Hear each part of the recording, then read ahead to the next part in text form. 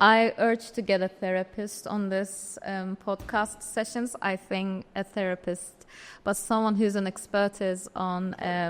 You would do it well. You could do a better job. It ain't my job, but You can do a good job in it.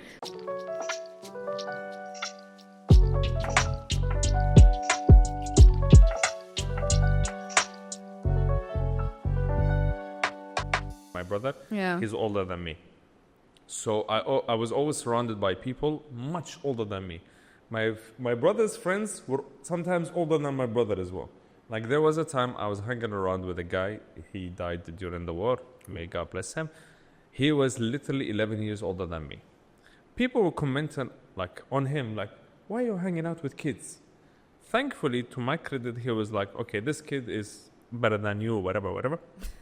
Until I traveled abroad, and that was my first experience when I was in Malaysia. Yeah. I was literally the oldest in the group. Yeah. And I was like, come, my kids. Come, let me give you some wisdom. That's exactly what I felt the moment I found out I'm the oldest, because we were discussing with the other people in the office, and I thought there's one guy who's way taller, he's a bit built up as well, he has a beard on. I always assumed that he'd be a year or two older than me, and I found out he's a year younger. Wow. And I'm like, okay, my children, I will give you my wisdom, I will take care of you, my ducklings, hi, I will tell you the ways around. And sometimes they're going to start consulting you with their life Oh, they have issues. already. They have already? I'm already the romantic consultant of everything that happens in their romantic lives. That's how it starts. They're like, oh, experience, and I'm like, sadly, so yes. Coaches don't play. I don't know how that. So yeah. The thing is, when I was younger, so we used to have friend groups, but then it wasn't physical friend groups. It was online, because we'd play games a lot. Yeah. This online community. The age range was insane. You would see a 40-year-old dude, 27, 16, 17, we're all in a team, and they were all best friends. So it was the age range was beautiful. On that note, Yeah. I don't know if you're comfortable answering this question. Have you talked online to someone that you never know? Yes, I do that very often. Really? I mean, I do cold calling for work to begin with. Not cold calling, but reaching out. But I also do social chats with strangers. That I do. I get online and I talk to people. Online? Online. I do a lot of social chats face to face. I don't know if that's the With type. strangers? With strangers, I randomly. I do that too. I'm not a shy person. But online, to make it even worse... Never a video chat. Never a video, just chat. Voice call. Dating Keep your eyes safe. online. Online is... I did dating online for a while. I did when I used to live in UK. But you knew him physically, right? What do you mean? You've met him physically, or you met him online? Oh, I've met them later too. Yeah. Through the apps. Yeah. Tinder. I didn't get on Tinder, but... You were on Tinder? I was not Tinder. I was on OkCupid. Which had a whole questionnaire that you fill out, and it gives you a percentile match with the other person that you're speaking to, which is a complete scam, I think, because everyone can lie on those tests, and then it has nothing to do with that. And I was on Hinge, I think, and in that time frame you could only upload 3 pictures of yourself and 3 sentences and something like that. I really like the distilled down version of... That's why I like Twitter, the old Twitter. Yeah, 120 characters. Exactly, and that's it. You just write your thought, you summarize your thoughts instead of babbling for 20 pages. That's why I don't like Twitter. Did you ever get catfished on? Or? Yeah. How was it? Tell me about it. I mean, I'm someone who finds joy in speaking to a stranger anyway. So when I would meet them, my initial idea wasn't I'll probably be with them forever and ever and ever. Anyway, so I'd be if I'd see them and they're not my type, I'd still sit down and have a drink with them and have a conversation. But at the end of the day, I'll be yeah, so I have no attraction. I have no experience in this field at all. As someone who's single now, I don't feel like I'm going to go on dating apps again. Because for me, to be honest, I think there's something majorly wrong with me. I was avoiding people that I know in reality. let alone people that I don't know in reality. But my wife, when I were in the early stages of friendship, I used to tell her I'd rather have a cat than have a girlfriend. And I could see clearly, like visible on her face, it's like, what the fuck is wrong with this guy? I ended up with this girl as a wife, which is a good thing. You had to ask her how many times? I proposed to her like at least 3-4 times until she said yes. But it was a rational no, because she was always like, I don't think we're ready. I don't think that's right. Was it in public though? To be honest, most of the time was, I don't think this is the right place. Because we ended up getting married in here, and in almost every place they tossed the marriage certificate away. They were like, we don't recognize it. Yeah. But like whenever you proposed, was it in public? Come again? When you proposed, was it in public? No, I don't do that. Oh, okay. I hate that. I don't know. Look, I know a lot of girls romanticize about this. No, me I feel like neither. There's a lot of pressure on the girl. Me neither. I don't think public proposals are a thing for me. I mean, it's a very personal thing. Yes.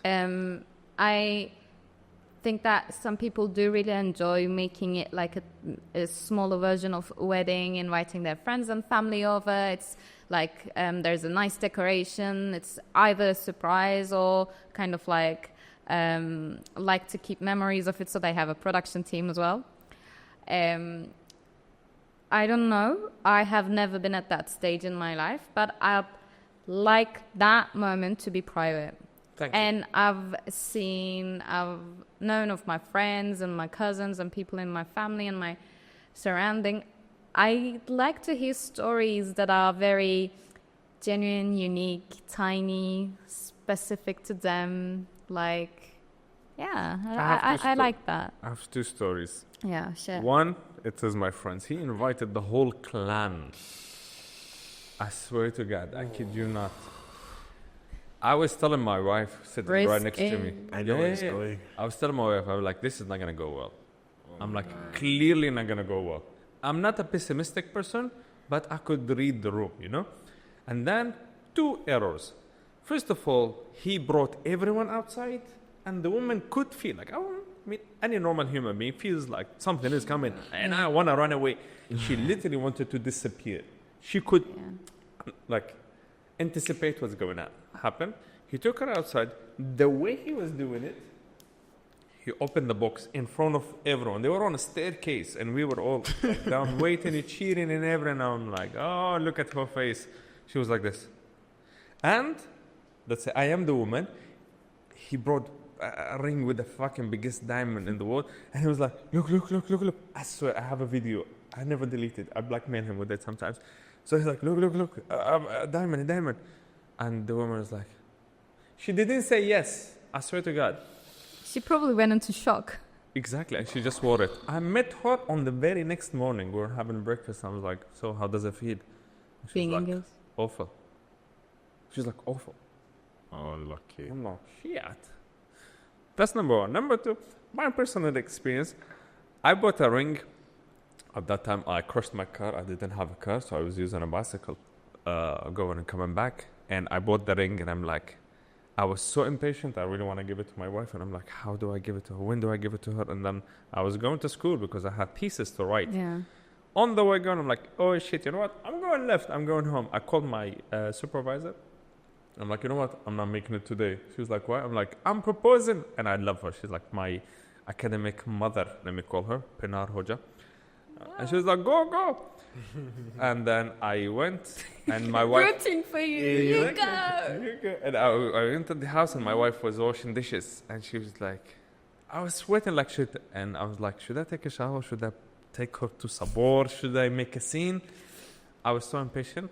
I was like, will you marry me? That was it. I was sweating. She was washing dishes all on soap and stuff.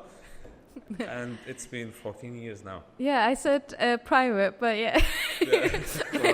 Maybe wait for the dishes to be done or help her out. Exactly. No, but it was success. It worked. It worked. So maybe. So yeah. I have come up with a few ideas that we can talk about. Let's go. I thought let's make it light and bright and talk about things that we used to believe as kids to be true, and we grow up to be adults and we no longer believe in them. From very silly things to things that could be superstitious or things are like this and that.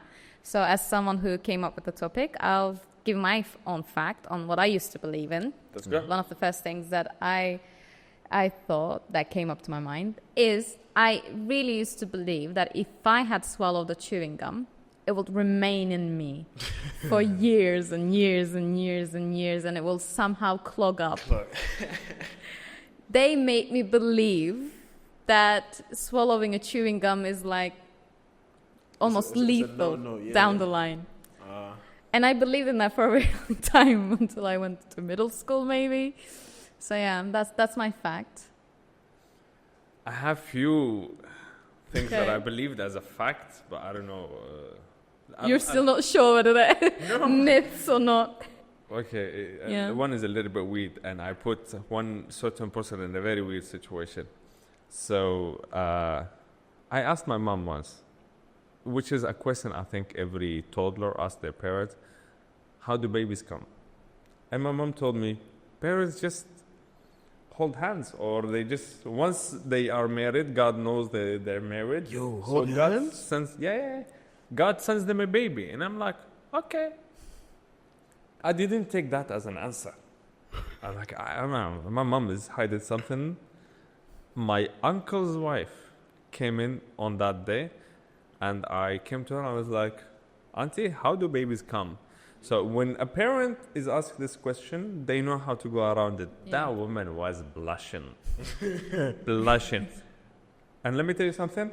On the very next day in the morning, I discovered how baby is done. A good friend of mine, his name is Abdullah. Abdullah is the worst. Always the friend. Is the worst good friend that I've ever known. I'll take you to the deep cassettes. There wasn't deep web back then. I'll take you to the cassettes. And Abdullah was older than me, and he's like, come, my friend, let me show you. Let me show you. Not tell you, but show you how they're done. I've been exactly where you've been 3 years ago. Come. And I was like, fuck, I just killed that woman yesterday. How old was I? 9. Oh. I was exposed to this kind of shit by 9. Yeah. I think, but for me, it was till I got to, I think my second year of junior high.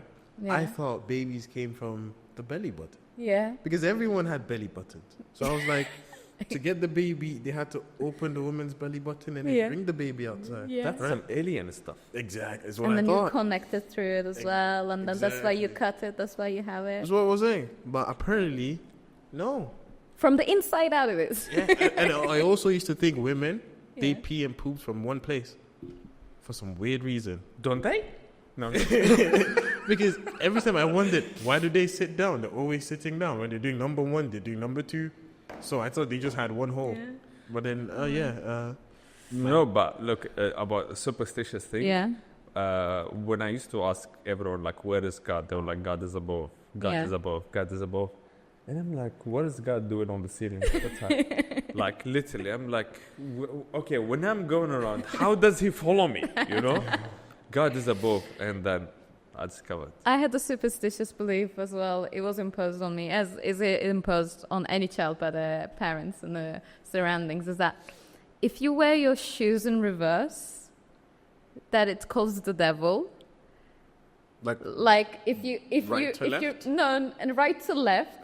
And at the same time, I would sometimes, for fun, like wear my hoodie in reverse, and like so the hood would cover my face, and then but just making fun and stuff like that. And one day I dressed up completely, like put on everything in reverse, like hoodie in reverse, the trousers in reverse, and then I put on my shoes in reverse, and I was tiptoeing them, so I had the pointy bits towards my heels, and I walked towards my mom.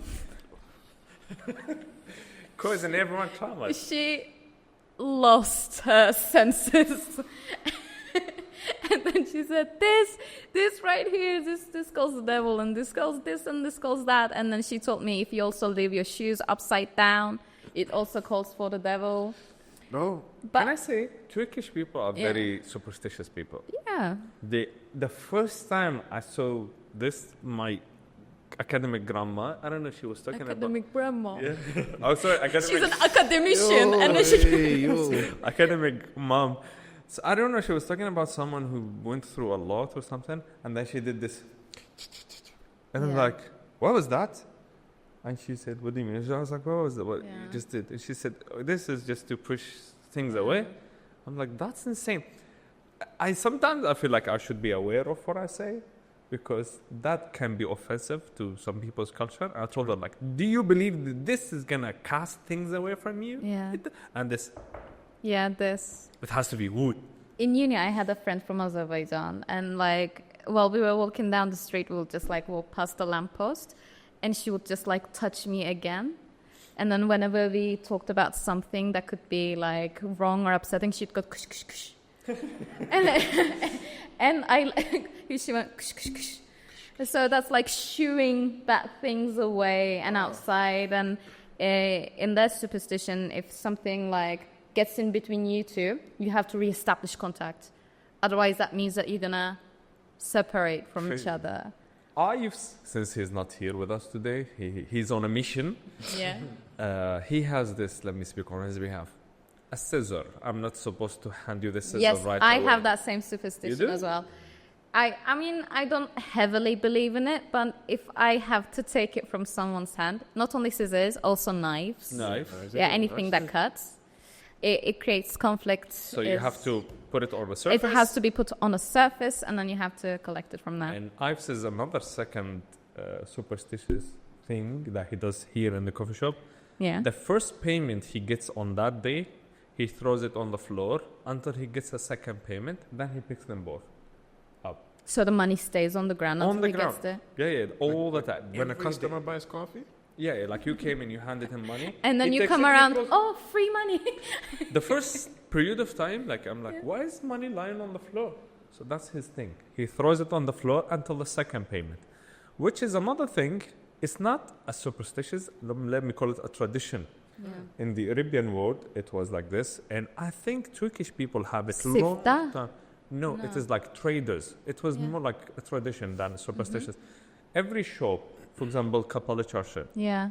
Every shop, when they first open the shop, they put a chair right in front of the door. It means they haven't sold anything yet.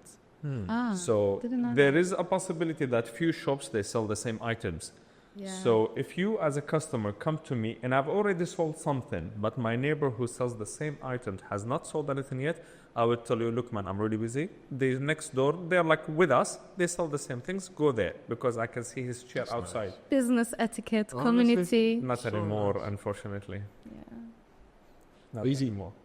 Africans, we have a lot of superstitious beliefs. Yeah. But it boils down to scary stuff.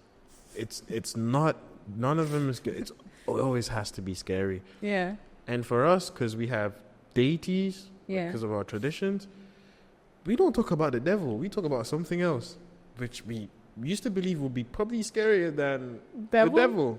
And scarier than devil. Wow. I'll tell you what, I used to have this maid when I was younger. He always tells me fucked up stories at nighttime, which probably I don't hate now, but it was fun. Now I'm thinking about it. But then Jesus Christ, those and in Nigeria would never have like 24/7 power. It usually cuts out, and then you have to turn on the generator and stuff. So this night, he told me, he was like, whenever you have a flashlight in the dark, never point it to the ceiling and never point it to the ground. And I'm like, why? He's like, 'cause if you point it to the ground, you're going to wake up a woman's baby. And if you point it to the ceiling, the woman's going to come down on you. So I'm like, what the fuck do I do? So there's this day the light went off. I had a flashlight. I'm fucking scared. Do I point it? Where do I? Straight? Left? Right? But I'm like, don't point it to the ground. Don't point it to the ceiling. Bro, my mom was looking for me the whole night. She was screaming my name. I was dead quiet. I just know she came to the room and saw me holding a flashlight. Like, what do I do? But bro, it's crazy. We have a lot of scary beliefs. But it took me a while before I found out that he was just lying to me. That bloody motherfucker. On that note, for us, the devil is not the worst thing. Yeah? My whole people, they're like, Jinn. Yeah, Jinn. Jinn. For us, like demons, is like worse than the devil. Devil, his job is just to come whispers bad things in your ear and go. That's it. That's his main job and only job. Jinn, on the other hand, they're like, no, they're gonna hunt you down. My uncle moved with us for a short period of time, and he was so annoyed because at that period of time is when I learned whistling. I started whistling day and night. I was breathing whistling. Gosh. And he kept doing, he's like, when you whistle, especially like at nighttime, demons gonna come to you. I hate it when they say that. You see? And luckily, right about like a couple 100 meters far away from us, there was a graveyard. And conveniently. I was whistling there. Like, I used to go there and whistle. I'm like, I've never seen them in reality. I want to see them today. And I would just whistle. I'm like, wow, then they come in. I was crazy. That's brave. Yeah. That's brave. I did something silly as a child to my cousin. So I've been a victim of being scared by my own lies. So I had a cousin who's around the same age as me. And I knew she would be like a bit of a scaredy cow around things when they would visit us in Cyprus. And I wanted to tell her a ghost story. That's cool. But I thought, like, what if she doesn't believe me? So I went and asked her brother, who's her, like, OG bully, like, oh, does your sister believe in ghost stories? And he was like, so, yeah, I don't think so. But if you really do this and do that and then say her these things, she would really believe you. So with the feedback that I got from her OG bully, the brother, helpful. I had a sleepover with that cousin, and I spent the whole night telling her how there are ghosts in my bedroom, and they come around at this time, and they go like this, and they go like that. That if we're very, very quiet, we can hear the whoosh sounds of them crossing the bedroom. So we laid down. I told her, lay down. They're going whoosh. They're going whoosh. And at this point, we laid down. And I heard a whoosh sound myself. Shit. And I was just as traumatized as her at that point. Until that point, I was trying to traumatize her. And then I said it so much, and we laid down. I heard the whoosh sound. I still, goosebumps. Anyways. So, I've been a victim to my own lies. Other thing I used to believe in that they told me, that if I crossed my eyes, I'll remain that way. And I used to do that a lot. And I still do it sometimes. I'm a victim. Yeah, this. I had this symmetry issue for some time caused by another friend of mine. So this is now not superstitious, this is just literally mental. If I itch my face from here, I have to itch the other side. I have to. But my friend was like a pro in this kind of mental issues. If he itches right, he itches left, and then it's not fair that he started with the right, not the left, and then he would itch the left again, and then the right. And I caused him more trauma. I told him, no, this is not fair. You still itch the right side first. And he's like, what the fuck am I supposed to do with this? Mental issues. I think that's called OCD, but OCD, crazy. I think that one has a name.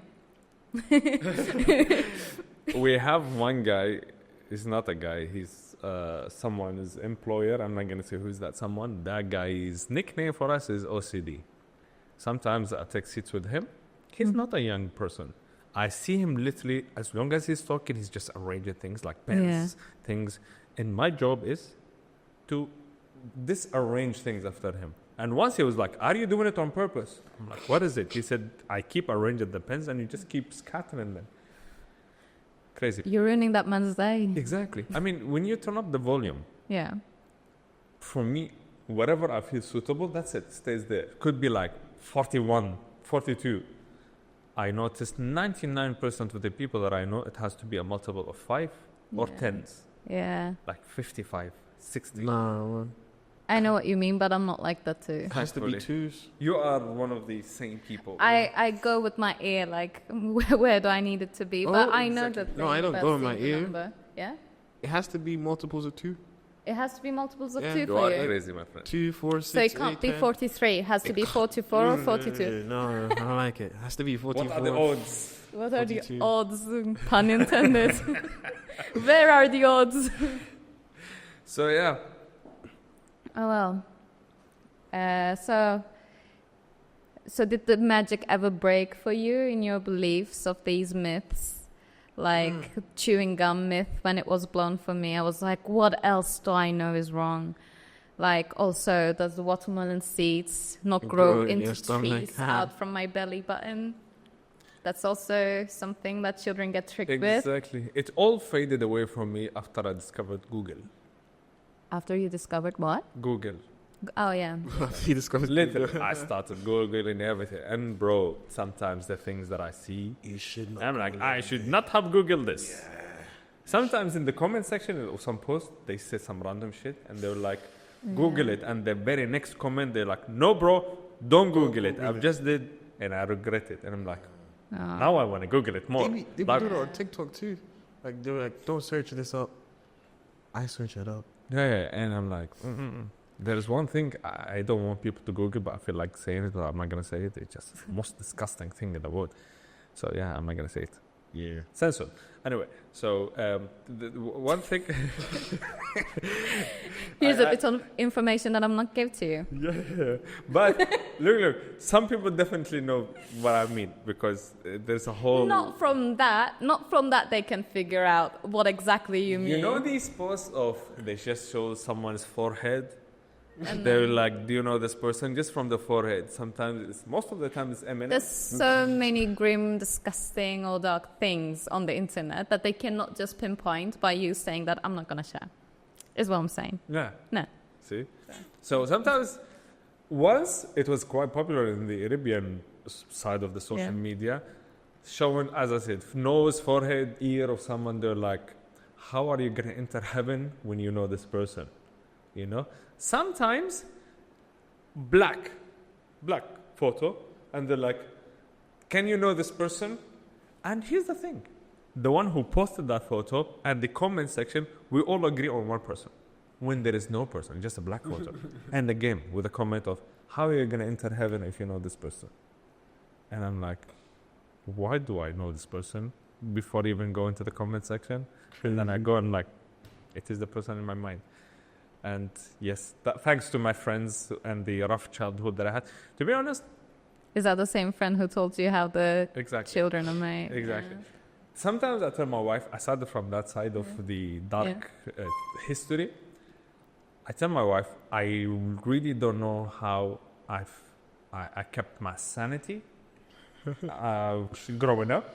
Because, first of all, let me give you a small example of the things that I once witnessed. Okay. My neighbor's father, he was a little bit crazy. Like, he wouldn't beat his kid, he would torture his kid. You see?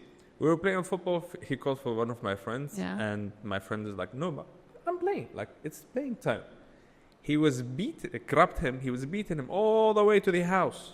We were watching him get him beaten up all the way to the house. 2 hours later, the kid was announced dead.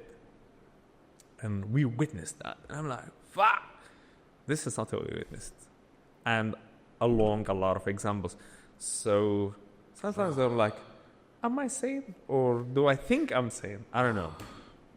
So yeah. Like, he literally hanged him from his neck. Like literally hanged him. I swear to God. Was he arrested? No. Yeah, the kid committed suicide. That was on the news. And we were kids, we were like, bro, we were seeing the man beating the shit. Yeah, like he was beating him, which is a normal parenting. But the kid took it for that and he just could not cope with that and he hanged himself. Pain. So, yeah. Childhood trauma. Part of the trauma. I stopped believing in superstitions, but there's one that, I don't know, it's just scarred me that like still. She is. After last postcard, please don't forget what you're gonna say. But you know how we talked about the depthness of web and how this world is a messed up place, and then I thought I'll make it light and bright, and there you go. So yeah, a neighbor of mine was killed by their father. Like, and then, yeah. So what superstition did you have? I'm messed up. So yes. So you, aside from this one, you have no more superstitions left. What's the one that's remaining? I find it really hard to sleep with my window open. Wait, what? I find it really hard to sleep with my window open. I can't sleep with the window closed. I cannot sleep with the window closed. I can't. Let it be winter, let it be... Same, winter and summer, that window is open. Nighttime. I'm not afraid of the night, right? But I feel like someone's watching me. Oh, that's why you pull the curtain over the open window. But then I hear certain sounds. And I'm like, fuck this. Now I'm going to close the window. Yeah, well, it depends on where your window is as well. But that's something regardless of where you're staying at and wherever the position of the... I think that goes back to the thing that you had as a child with the flashlight up and down. If you have this... superstitious being floating through walls, they can very easily get in through the window. So I think we're well justified. Or maybe it goes back to Nigeria. Probably. My village people are probably following me. Nigeria, that's like survival of the fittest. Plus, also, apparently you're not allowed to have your head towards the window, sir. Like if your window's here, and your bed is here, your head should not be towards this side. Your head should supposed to be that side. Health-wise, yes. We studied that in architect courses. Yeah? Yeah, like you're not... your legs should be towards the window. Towards the window. But unfortunately, it doesn't look good, so everyone flips it the other way around. But like health-wise, no. Your head should not be under the window right away. Why? I don't know. That's another thing. I'm curious to know why. Yeah, something to do with... I'm going to try to post it somewhere as a card online. Okay. So. Oh, well. I feel like we're making her scared-ish. No. No, I'm not scared-ish. No, I'm not scared. Yeah, scared. I'm mortified with things that happen, but we had this story circulating and back in the neighborhood. Our neighbor had this job. He had a big truck, so he would transport things from one place to another. If you have your friends from Saudi, ask them about the empty quarter. Some place called the empty quarter. Empty quarter. It is in Saudi. In Saudi, empty, nothing. So you know for a fact you must have full, tank. Yeah. You have to have all the things that you need inside the truck, and you drive in there because it is reality that it is fully occupied with demons and jinn and whatever, because not a living soul lives in there. So the neighbor came back home one day, but they didn't come back from the trip. He came back from the hospital, and the guy was literally terrified. He could not speak, he could not walk, he could not do a lot of things for quite some time. His version of the story, I don't know if this is true or not, but a lot of let's hear things like this. He said, "I don't believe in stuff like this." That's what he said. Yeah. So I wanted a cup of tea. And driving at night, I wanted something to keep me awake. So he stopped, and big trucks, they have outside kitchen, like a mini counter, whatever, you can open it and close it. While he was making himself tea, he could hear a lot of people shouting like a group. And he's like, I'm imagining things. When he looked to the side, he saw a lot of people running towards him. Fuck. He left everything as it is, the gas and the stove and everything. He ran to the car and he was driving. He said, I did not leave the gas pedal until the sunset came up, the sun rised up. So he was terrified, And then, people add a little bit spices to the story. Yeah. Some people, they were like, what made him more terrified is that when he was driving, he looked in the mirror and he saw a goat sitting in the back. And that goat definitely a goat. Why the goats? What has the goats ever done in the history of humanity to be associated with the devil and the Satan and everything else? Exactly, goat sitting in the back, goat sitting in the back, and I never believed in it. Meanwhile, the goat is like, bah! I'm just having dinner, bro. On the other hand, my neighbor, he was a shepherd. He had a lot of sheep and goats and everything. And sometimes, as a kid, I would just go around and help them. Sometimes we'd stay late hours at night, and they would drop me back home. Bro, I witnessed it. I literally witnessed it. We locked all the sheep aside, all the goats aside, because at night, I don't know why they have a personal conflict. They start hitting each other. So we locked them aside.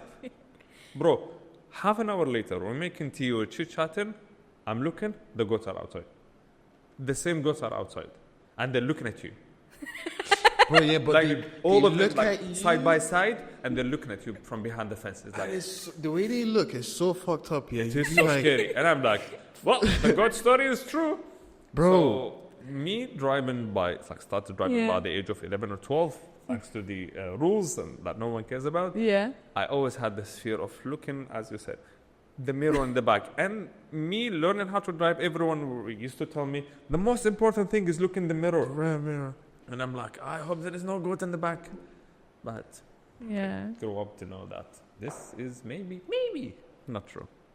Yeah. It's getting darker, my friend. It is dark. It is. I think darker. Maybe we wanted it to be bright. Yeah, maybe that's our thing. But cool. I mean, I have been to farms and I've seen goats, but I've never had this experience you guys had. So the next time I see a goat, I'm gonna just look at it and let it look at me back. Speak to it. Speak to it. Yeah. Trust me, speak to it. Daylight. Yeah, they like to speak to it. To look at you. Maintain eye contact. Oh my. Yeah, but that's they look at you like they're looking into your soul. Exactly. Bro, do you see how they climb the mountain? Like they just got yeah. We used to have like a very big backyard back home. Yeah. And one's for live meat. We don't really like get the cut one at the butcher place. We get the ram goat and then have it in the house, feed it for a certain amount of time, and then we kill it and eat it. So we'd have like a couple goats at home, and we never had like water from the government. It was like the borehole. So whenever the water finishes from the tank, we'd have to go outside to the backyard, walk so down, and switch it on so water starts to go back up. Okay. Lord have mercy. The backyard is so big. Now imagine your dog that stays outside is mortified and is just in a corner. And you go outside to go turn on the switch and you see two goats just standing looking at you. Like they just staring. I'm like, fuck. I go turn on you walk, they don't move. The only thing they do is turn their head and watch you. You turn on the switch and then you're walking back, they're just looking at you. And then I'm like, bro, what's your deal? They look into your soul. All respect to goats. They're not a predator. They're a prey. Yet they manage to scare you out.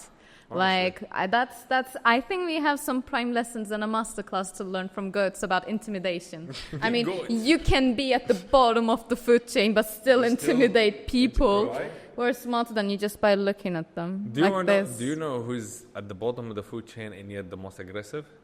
Yes. Fucking chicken, bro. Bro, chicken, like the most aggressive one. Especially, I don't know if it is or what we call them, the French chicken. French chicken. Like they have skin neck. They don't have feathers on their neck, and they have like spiky hair. I haven't seen that. They're punk. Bro, so aggressive. My neighbors had them. I would literally like change neighborhood when I see them in front of me. I'm like, no. I'm not gonna have a fist fight with this chicken. Yeah, literally see a fist fight, and especially when I'm on a bicycle, they're like waiting for me. Comment. They're like, time to suicide, and they would just jump under the wheels. Just for me to have an issue with my neighbor. Actually, would you rather fight a chicken every morning when you wake up, or fight maybe what animal should I put? He's hitting us with some like this would be a questions. Challenge. Would you rather be a sheep or a lion? Yeah. Or like you wake up in the morning, first thing you see is a chicken. You have to defeat this chicken before you can do anything. It's definitely gonna charge at you every day, or maybe fight, let's say a wolf once a year.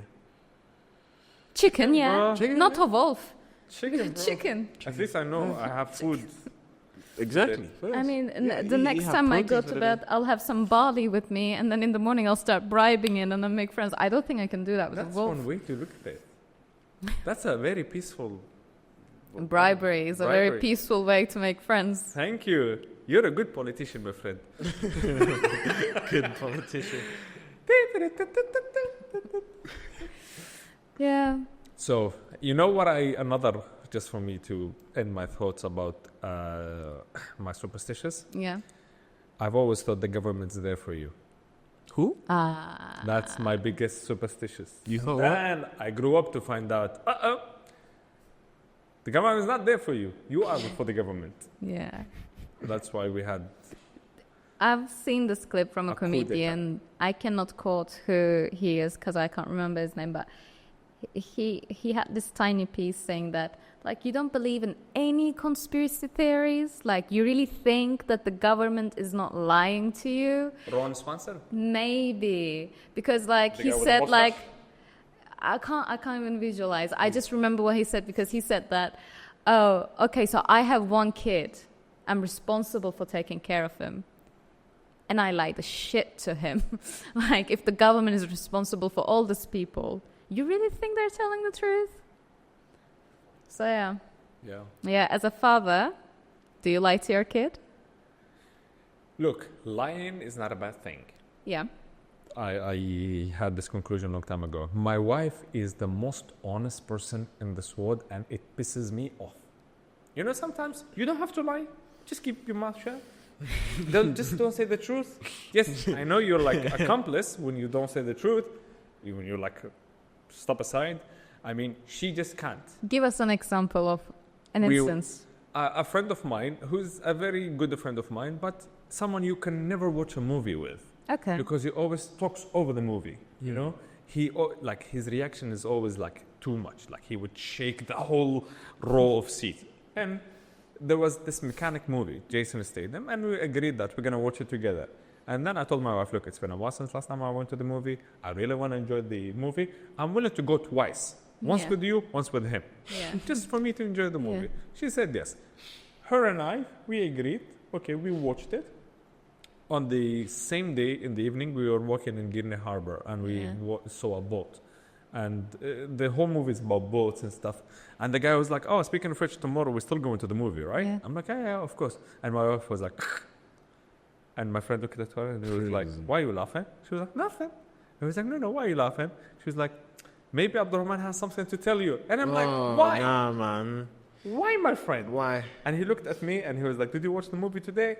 And I was like, yes. And he looked at my wife and was like, why? Like, my friend was asking my wife, why? Yeah. I was better off not knowing this. Like, ignorance is a piss. That's a very short example of how honest he is. Wise. I mean, she drove you in. I mean... You see? So I'm like, just say, I don't know. But she didn't even have to make that... there was no need for the scoff.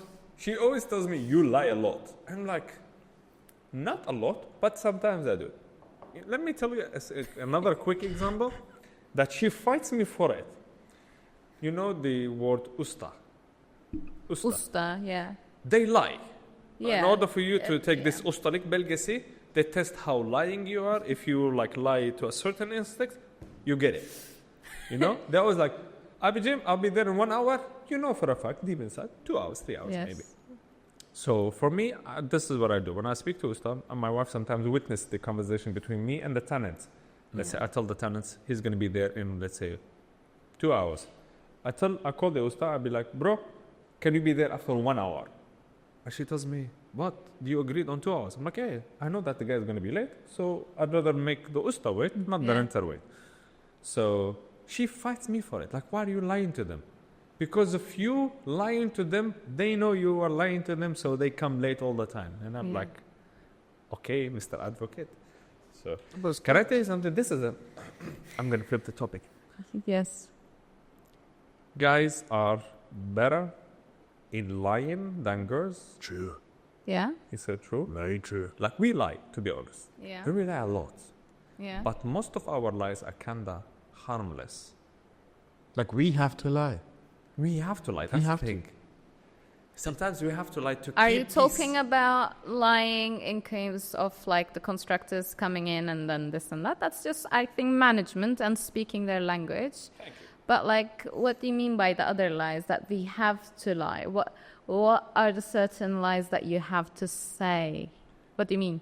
Let me tell you this. I'm not going to say like lying is bad and mocking it, but just like... Let me put it in my own life, or whatever's going in it. George.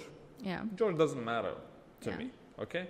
I know George, it's just a hypothetical situation. He'll just get up and leave. Yeah. George doesn't matter to me. You see, what happens in George's life, it doesn't really concern me. It's not going to change anything in my life. George asked me a question. I know if I give him the correct answer, this conversation is going to take long, and there's going to be a lot of things. So I lie to him. I keep my opinion to myself, and I lie to him. I tell him what he wants to hear, and I just move on in my life. That's not lying. That's lying. Oh, yeah. But the thing about women, most times, Let me tell you the things that I hope my wife is not watching. I lie to her sometimes. Now it's on camera.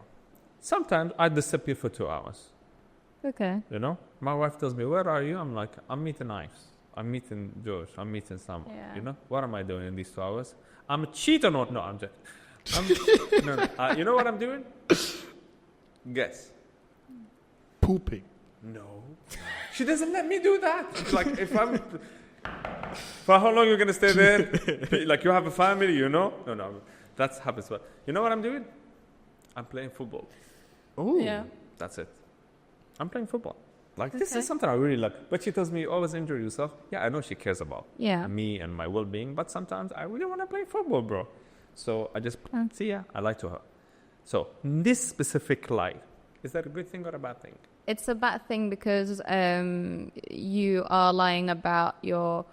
it's not about only your whereabouts, that if something does happen, that she won't have any means of getting in touch with you or knowing where you are. But it's not bad for that reason. It's bad for the reason that something's in your communication that you haven't maybe settled on and then agreed on. It's bad in terms of that. It's not the lie itself.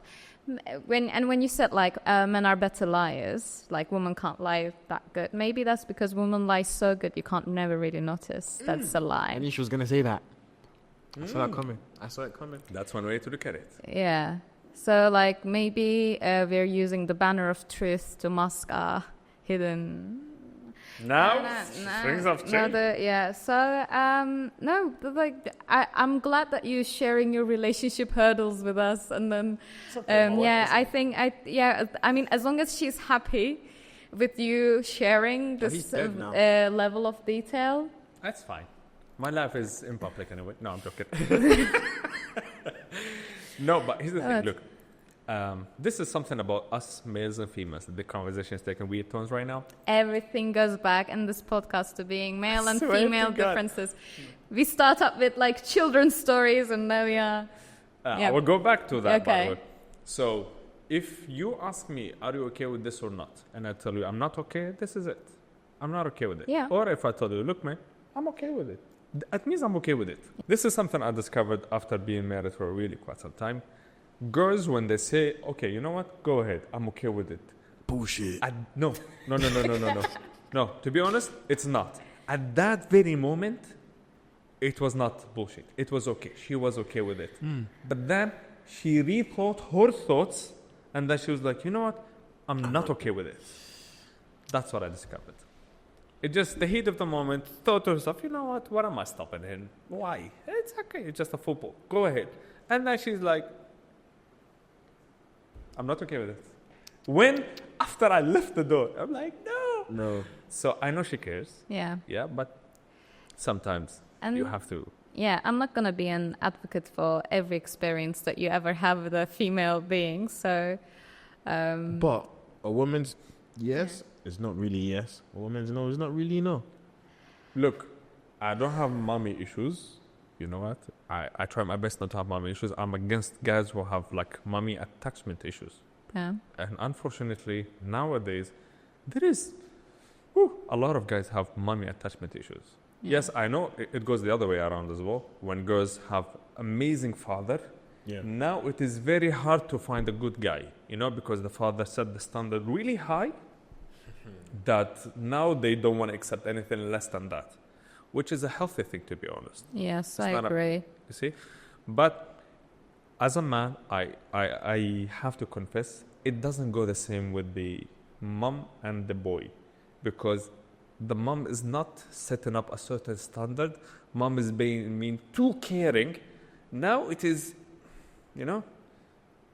Do you agree? Is that because you can't separate from your mother before you marry your wife? You see? So that you end up with having 2 wives and 2 mothers. Exactly. And when a father sees a good son-in-law, they befriend him.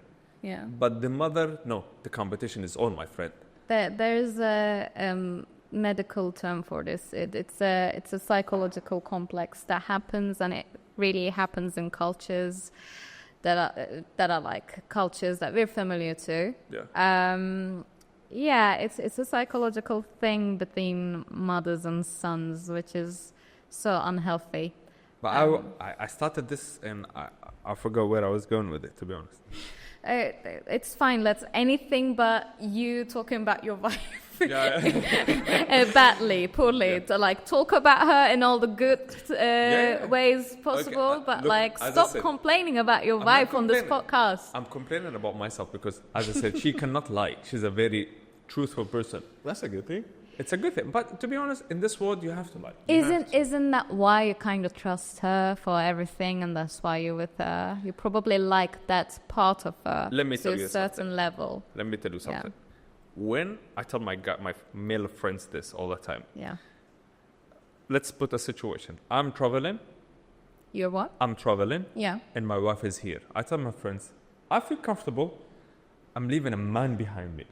Like, she's a good person. She can take care of herself easily. Like, she's a feminine female when she wants. She's a masculine man when she wants. Like, depends on the situation. Or she's someone I can really count on. You see, I can go back. You can trust her. Yeah, I can trust her. Like, a lot of... And she can't even trust you when you're going to go play football. Here's the thing, to be honest.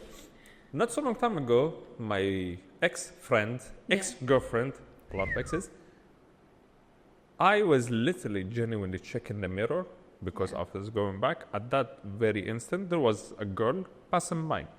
Yes, I did look at the girl because that's just a normal human being thing. I'm like, ooh, then. And then I was reversing. So at the spot, she was like, oh, when I see your wife, I'm going to tell her that you were looking at the girls. I'm like, wait a second. I called my wife. I was like, the girl's name is, I'm not going to say it on or whatever. So I gave her the phone. I was like, tell my wife. And she was like, your husband was checking girls. And my wife was like, Type shit. Yes. I need to wife because we've been together for 14 years. We've known each other for 15 years plus. Now after all this time, she never caught me going out of the line and chit-chatting with a lot of girls. Like, I do have a lot of female colleagues, renters, customers, whatever. I do chit-chat with them, but within the boundaries. Of course. So, can we normalize checking attractive people out as men and women, please? Thank you. Because boyfriends do that to their girlfriends as well. Oh, you're looking at that guy. And I'm like, well, anyone attractive you see, you have a double look. That's innate. That doesn't mean anything other than, wow, they're physically attractive. As long as that is... we just check. And I don't have to say anything else. I don't need to justify that. You see anything that's eye-catching, you have a double look. And that's sometimes a person. I have two thoughts. On my way here, I saw a very beautiful woman and I looked at her. I'm like, well, thank you. I told you two thoughts. Yeah. That was one of them. Yeah. You have to watch this. So, before I start, thank you so much for sharing that. Now I feel comfortable moving forward with this. I'm going to confess. I check and I rate. Okay. What's your rating system out of 10? Out of 10. Out of 10, okay. I can't go with 100. It's too much. Do you save it somewhere in the archive? 6 out of 10, 7 out of 10? Oh, 9 out of 10. Oh, it hasn't seen 9 out of 10 in a while. I have not seen 9. Oh, okay. You see, to be honest. Or if I've seen 9, it is of the internet, and I know for a fact that's not a genuine 9. That's not a genuine 9. There's that's like a Photoshop filters going on. Yeah. Let me start with, I give myself a solid 5. Okay. On good days, 5.5. Okay. I know myself. If he's a 5, I'm a 2. Come again? Yes. If you're a 5, I'm a 2. You see? Yeah. So I give myself on genuine days like, this guy is good looking in the mirror. 5.5. Should I rate my wife while we're at it? I give her 6 on good days, 7.5. Yeah. I know that she's out of my league. Yeah. Or am I out of her league? What is the correct way to say it? I think you could be out of the league even if you're higher or lower because you're out the league. I see. So sometimes I'm like, how the fuck did I nail this girl? You know? Yeah. But my wife and I, sometimes we sit next to each other okay, let me tell you something about me if you see me in public with my wife. If we're sitting face to face, which is 90% of the time, that's what I think how I think couples should sit, face to face. I hate when a guy is just sitting and putting his... Why? I hate this. Why? First of all, when you are on the almost same height level, it is not comfortable. My wife is like 178. I'm not talking about the... But it's like you want to snuggle, go turn on the TV, is this a cultural thing, or what is it? What is it? Is it a romantic thing that you have to sit eye to eye, facing each other? No, but now you and I were speaking, right? Okay. We're sitting face to face. Yeah. Do you think it is okay if you and I were on a podcast sitting like this? Not on a podcast, but what I mean that if you're in a relationship with someone and you're in a relationship with them for long, you live with them. I mean, you see them eye to eye all the time. Not every time you're out in a social setting, you have to sit facing each other because you probably don't have much to talk about. Yes. So at home, I mean, it's fine to just chill side to side. I like for me, my idea of being out with a partner is like chilling together. And then I'd like to enjoy an experience with them looking something else. It doesn't mean I don't like to look at them. Not it in means two I places. like to chill. Not in a coffee shop, not in a restaurant. For me, personally speaking. Not in a restaurant, not while eating. Exactly. I like to be face-to-face while eating, but at a coffee shop, I can sit side to side. If you see me and my wife sitting next to each other, you know we're rating people. You're doing people watching. I love people watching. I love doing it on my own as well. Just sit at a coffee shop, window out, just like watch people go. That's why I love doing that. My second thought, as a guy, I am allowed to rate other guys as well. Yes. Yeah, that's My wife's just like, that's so gay. No, and I'm it's like, not. look, Bullshit. I'm not gay. And you know this not. for a fact. I can rate other guys. It's not. For You example. have beauty standards Exactly. for yourself. That's how you can rate yourself. Like, let's say there is one guy, his name is Ibrahim. Yeah. God, the guy is so good looking. Yes. Bro, like, if I ever become gay, he's like my second target.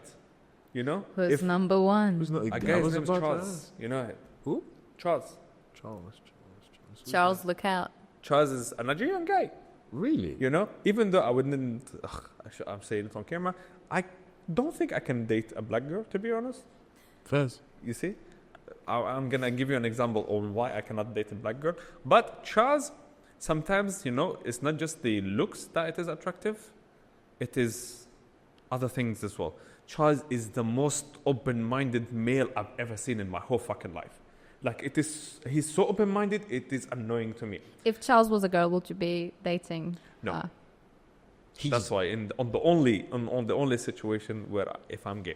So let me back up. Every time I tell Ives, let's say Ibrahim, because we both know Ibrahim is a brunette person with like a good full beard, takes care of himself, fit, light muscles. Yeah.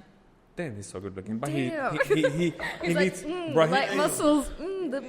You need to work on your leg muscles as well. Then you're just 10 out of 10 in male scale. Solid.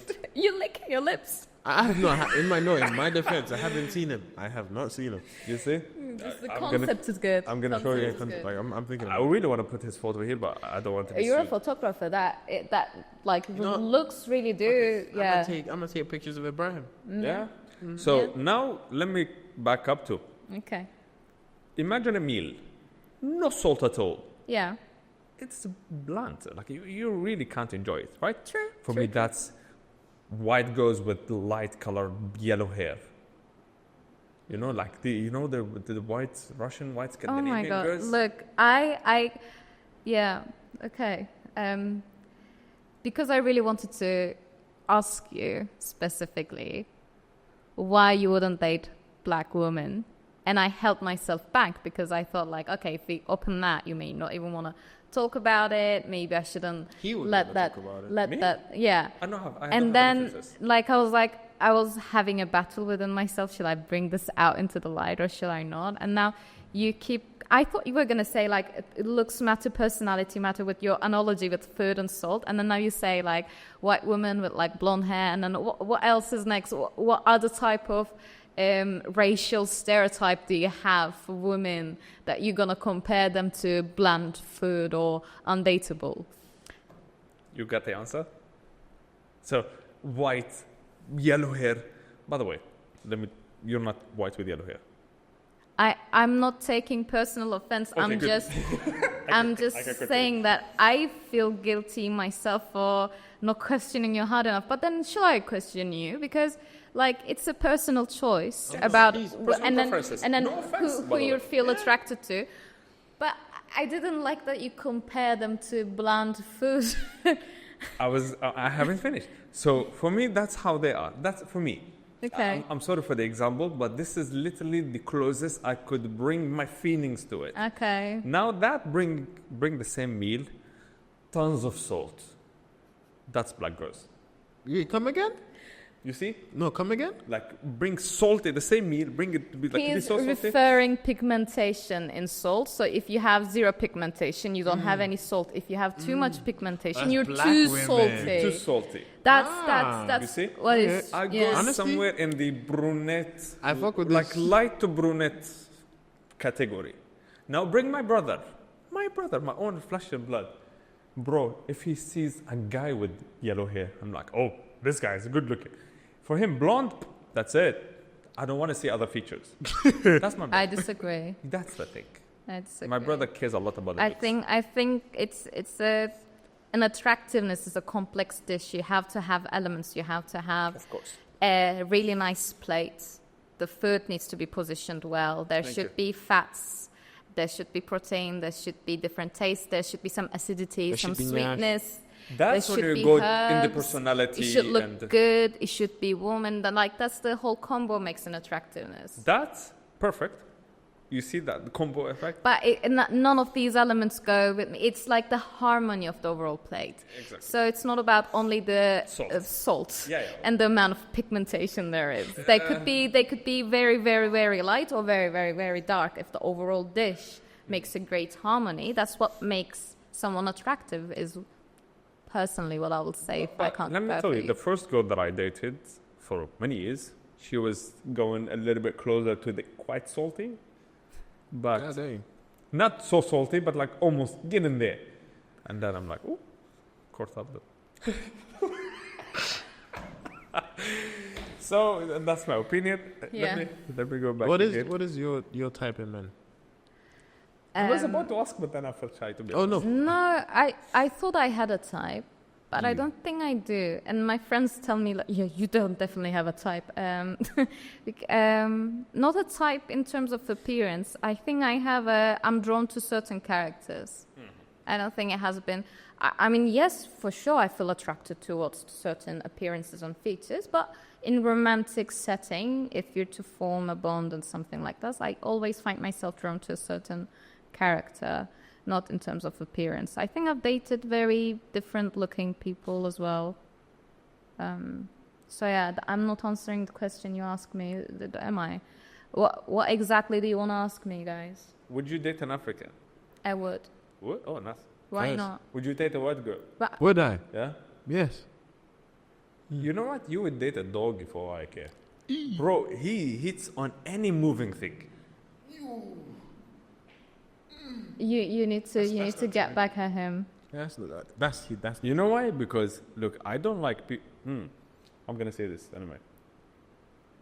He's fresh out of a relationship. Yeah. So I'm gonna say this for your own benefit. I love him. He's a very good person. Like he's a very good person, you know. Yeah. But sometimes, maybe you're not aware of this, my friend. But I'm gonna say it anyway. So out of relationship, and then you just wanna fill up the void. Yeah. So Yeah. there's two words. I don't know whether I should say them or not, but I'm not gonna say them. Yeah. No offense. Yeah. So I love you, bro. So you just want to fill up the void with anyone. Yeah. You know, sometimes that one does not fit, Yeah. but you just anything. So I Yes. hope you're not going through this. I hope you're not going through this. Maybe. I think it happens for everyone Yeah, true. after True, the true, breakup. true. And if Definitely. there's someone who's available to you, you are nothing but a human to explore that, as long as you're being honest to them about where you are with your feelings and where you sit. I like and the way she's saying it.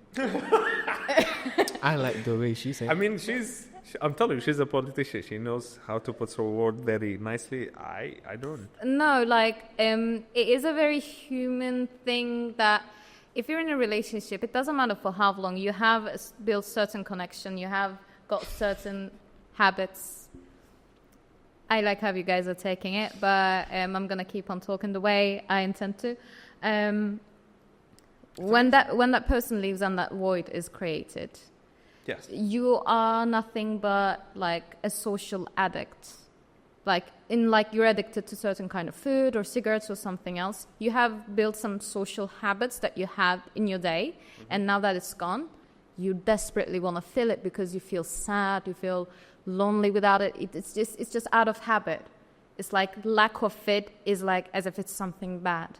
And if there's someone in your life that can be placed there without you forming a genuine connection, you feel drawn to repeat that, repeat the pattern, to put them there. That's human operation. That's human psychology. I think what should be done in that case is that as long as you're honest with them about look, I feel like I'm just repeating a pattern. I don't know what I want to explore. Maybe I'd like to have a relationship like this or a connection like that, or just nothing. I just want someone to spend time with. As long as both sides are open and adults and they're agreeing, I don't think it's bad. It's just that you should work on the authenticity of the connections you have. Because in the long run, you want to have an authentic connection with the person you're with. You don't want just someone who fills up a void. You want to get to know them, and you want them to be in your life for the reason that you choose them to, not to fill a void. I'm old. Last week was... Yeah. Since it passed, I can say it. It was my birthday. Yeah? I clicked 33. Was it your birthday? Sorry, I missed it. Happy birthday. Thank you so much. I keep Happy belated birthday. I keep it a mystery because I'm like, it's my birthday. Yay. How old are you now? 33. 33. I woke up with joint pain, knee pain, like a knee is killing me until now. I know what you're talking about. And constant headache. I'm like, fuck, I'm old. You see? Yeah. So, where was I going with this? Yeah. Your birthday, and for me, I'm like, okay, what did I do to what did I achieve in this world that people should celebrate my birthday? Nothing. I'm something to my son. I could be something to my wife, but I urge to get a therapist on this podcast sessions. I think a therapist, but someone who's an expertise on. You would do it well. You could do a better job. It ain't my job, but you can do a good job in it. No, I think I pay too much money into therapy for my own health. Do you think I should visit a therapist? I kind of try to disseminate some of the information for others to find benefit. But I'm not professional. I may be advising wrong, so always seek help from a professional. Do you think I should seek help? Huh? Do you think I should seek help? I should go to a therapist. Okay. So they do say that therapy, psychological therapy, and I'm not talking about psychiatrists or the other issues like that, is something that it's like a mental check, like how you go to the dentist like every year and then like keep a routine control. They say that it's something like that. I disagree with that. Mm-hmm. For me, in my life, it's always been in the ways that when I feel like I cannot cope with life, I reach out to someone for help. Like if I cannot manage my own world in a world that I need some help, some guidance to get back on track. And I think that happens for everyone in different stages in life. We all get lost somewhere. Mm-hmm. And then us as human beings, we're not really good at observing ourselves. We're so good at observing others. Of course. Analyzing them, everything else. But not ourselves. Even if we look into the mirror, we don't really see ourselves and what we're doing to ourselves. That's why I think, even if you're not going through something very traumatic, but you feel stuck somewhere in life, so something's not clicking. And when you say that, you didn't feel like celebrating your birthday because you didn't feel there's anything to celebrate about your life. So that's something I would take to therapy, because it doesn't just stay there, because that's probably the way that you speak to yourself most of the time, and that's probably not giving you much self-assurance to battle the day and then go through the day and go through life. I'm not saying I don't want to promote toxic positivity. We cannot go on to every day feeling very happy and ecstatic, always on top of the motivation, with the top productivity. Of course, we have up and downs. We all go through things. But I just personally myself think that talking to yourself in a mean way, or thinking that your self-worth may not be good enough compared to the other people that you observe, I think that's something to work on. Because we only have ourselves at the end of the day. And if we're not feeling happy and secure, and I'm not talking about feeling like having a crown over your head and feeling like you're the best person in the world. I'm saying that being able to count on yourself. If you cannot have that, I think that is something worth exploring with a professional. Wow. I need a therapist. I'm going to get me a therapist session. Yes. Yeah. Okay, go ahead. And, sorry. And I think, as both of you are going to talk, but I as a woman interrupted both of you to say something else. That's good to go. The way I found with therapy, because I went to very different, this sounds really bad on my account, does it? Because as a kid, like, I had some scares and everything else. So as a kid, they sent me to a pedagogue and like a child psychologist. So my journey started with therapy at a very young age. Oh. Yeah, but like I've discovered for myself is that, for example, for me, what works and what doesn't work. That field has so many different principles, and the individual you spend time with matters as well. I made the comparison to a dentist. Yes, you may go to any dentist and their practice may be more or less the same. Check your gums, check your teeth, and then do what's necessary. I don't think that's the same with psychology and therapy. First, the person you're going to spend time with matters as much as a romantic partner. So when I was seeking out who to go to therapy for, I have actually almost arranged these, I've called 7 different therapists and asked whether they do introductory sessions, like a 15-minute sit down, and just to get to know them, how I feel with them, with their clinic environment, because that matters to me. If I'm going to go sit down and then share my inner personal life, how am I feeling being here? And then the person, how am I communicating with them? And their practice. There are very different strategies to go into it. So for me, psychoanalysis doesn't work. I can't go in a room, sit down and talk for 6 sessions about how everything has ever went wrong in my life. That doesn't help me. Cognitive behavioral therapy I found works really well because it equips you with some tools that you can apply to your daily life. It's a behavioral adjustment. Like you try to change something in your behavior that reflects back into how you're thinking, not the other way around, thinking and then waiting for it to cascade down into behavior.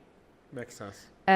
So that's what I did. I went on dates with these therapists, almost met with them, sit down with them for 15 minutes and decide, okay, this is the person I feel most comfortable speaking to. This is the environment I feel most comfortable being in. Now I'm doing therapy online on a video call, and that has been working with me as well. I do something similar, but with ChatGPT.